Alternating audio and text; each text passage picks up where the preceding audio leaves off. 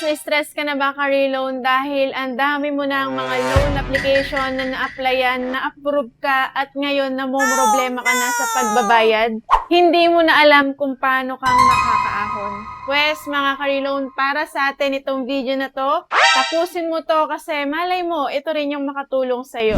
At mga ka-reloan, wala muna tayong loan application review ngayon. So, magpapalakasan na lang muna tayo ng loob at sama-sama nating pataasin yung ating fighting spirit. Kagaya ko rin ba kayo mga ka-reloan? Na sabi ko noon, isang loan lang. Pero bakit ngayon halos lahat ng due date ko ay due date din ng stress? Relate ka ba ka-reloan? Akala mo rin ba ala ka ng pag-asa dahil baon ka sa online lending application o sa iba pang utang? Sandali lang. Baka kasi itong 5 minuto hanggang 8 minuto lang na payo yung kailangan mong marinig para gumaan yung pakiramdam mo at magkaroon ka ulit ng pag-asa.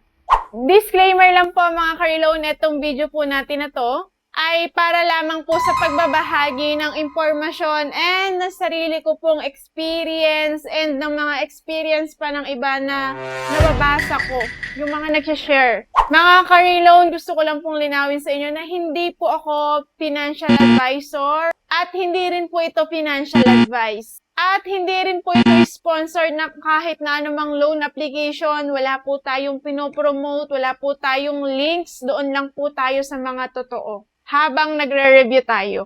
Ang lahat naman mga ka-reloan ng desisyon sa pangungutangan, nasa sa atin pa rin, nasa sa inyo pa rin ng 100% na pagpapasya. Basta mga ka-reloan, lagi niyong basahin ang terms and conditions bago kayo mag-apply. So, welcome back again mga ka-reloan sa ating YouTube channel.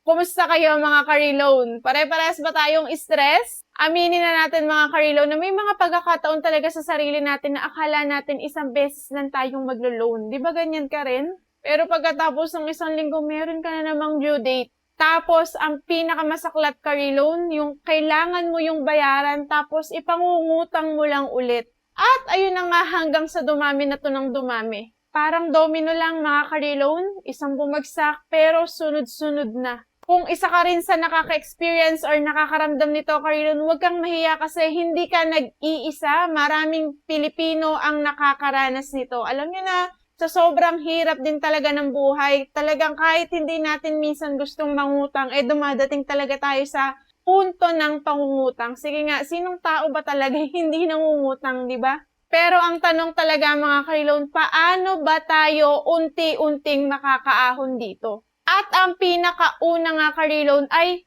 huwag kang umutang para lang ipambayad sa utang mo rin. Lalo na kung talagang wala kang malinaw na plano. Sa unang tingin mga ka-reloan, akala talaga natin solusyon siya. Akala nyo nasusolusyonan, natatapalan natin yung problema natin. Pero habang tumatagal, mas lalo lang tayong nababaon sa problema at sa utang. Pangalawa mga ka-reloan, kung baon ka na sa utang ay maglista ka. Ganyan kasi yung ginagawa ko, yung utang ko nililista ko. Sobrang simple lang nito mga ka-reloan, pero malaking tulong ito. Malaking tulong na natatrack mo yung utang mo, yung pagbabayad mo. Sulat mo magkano yung balanse, magkano yung interest mo doon sa isang utang, kung kailan ang due date, at tingnan mo rin sa mga pinagkakautangan mo na yun, alin yung may pinakamalaking interest at alin yung pinakadapat mo talagang unahin. Kasi mga ka-reloan, kapag naisulat mo na yun lahat at nakita mo na ng maliwanag yung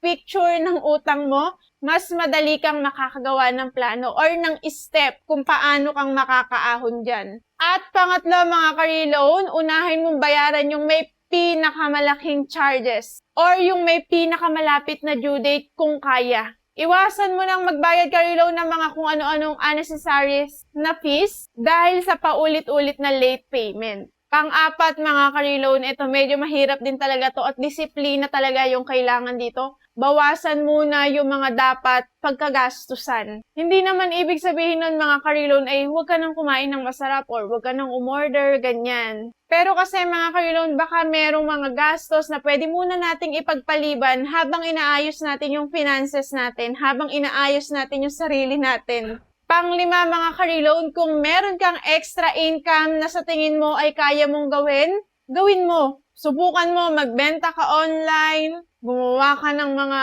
contents, ayan, kagaya ng ginagawa natin, total na i-stress ka dyan, pagkakitaan mo yan, malay mo balang araw, mag-move ka rin yan sa pag-share ng mga experience mo, di ba? Mag-freelance ka, maghanap ka ng sideline. Kasi mga karilon, kahit na maliit yung kita natin, malaking dagdag na tulong yan. Lalo na kapag tuloy-tuloy yung income mo na yan kahit maliit yan. Pang-anim mga karilon, wag na wag kang magpapadala sa mga ads na pre-approve ka, ganyan. Or sinasabi na cash agad. Ayan, madali tayong nahuhook pagdating sa mga ganyan, di ba? Kasi mga karilon, hindi dahil approve ka ay kailangan mo nang kunin. Minsan kasi ang pinakamagandang loan ay yung mga loan na hindi mo na kailangan kunin. At pang-pito mga karilon, palagi kayong magbasa ng mga terms and conditions. Manood ng reviews, magbasa ng mga insights. Kasi mga karilon, maraming tao yung tumitingin lang sa amount ng makukuha. Pero hindi tinitingnan yung kabuuang babayaran. Kung gaano kaikli yung repayment period, at kung magkano yung totoong interest at fees. Pangwalo mga karilon, kung hirap ka nang magbayad, huwag kang magtago. Mas mabuti kasi mga karilon yung makipag-ugnayan kayo sa mga pinagkakautangan ninyo kung meron bang ibang way para mabayaran nyo sila, kung meron bang ibang payment arrangement. Mga karilon, sigurado naman ay hindi lahat papayag sa ganun. Pero mas mabuti nang magtanong kaysa mawalan tayo ng komunikasyon. Diba sabi nga ay mas okay yung merong open communication para magkaroon ng mas okay na relationship. At higit sa lahat mga karilon, huwag mong isipin na habang buhay ka nang malulubog sa utang. Unti-unti lang, isang bayad, isang ipon, isang tamang desisyon bawat araw. Kasi mga karilon, lahat ng malaking problema nagsisimula ring lumiit kapag may malinaw na tayong plano. At mga karilon, kung may bala ka ulit umutang, tanungin mo muna yung sarili mo. Kailangan ko ba talaga to? O baka naman gusto ko lang. Malaking bagay ang magagawa ng tanong na yan sa sarili nyo mga karilon. Maaari kayong iligtas niyan. So yun lang mga karilon, mga mai-share ko sa inyo na mga posible na nakatulong sa akin at makakatulong pa rin sa akin. Kayo naman mga karilon, ano yung pinakamahalagang natutunan ninyo sa pangungutang or sa mga online lending application? I-share nyo naman sa comments para makatulong din tayo sa iba pa nating viewers. Syempre mga karilon, kung nakatulong sa inyo itong video natin, huwag kalimutang i-like, i-share, at mag-subscribe dito sa channel natin at hit the notification bell para lagi kang updated sa mga uploads natin. Maraming salamat mga karilon sa panonood. Sana ay unti-unti na tayong makaahon sa pagkakautang. Lagi tayong maging maingat sa paghawak ng pera natin. Yun lang mga karilon. God bless you all at magkita-kita tayo ulit sa susunod kong video. Bye! Ito yung ating Boya na mic na nandiyan lagi sa ating description box. I-check out nyo na yan. At kung meron kayong gustong i-shop or gustong tingnan, click nyo lang yung link natin at doon na kayo mag-search.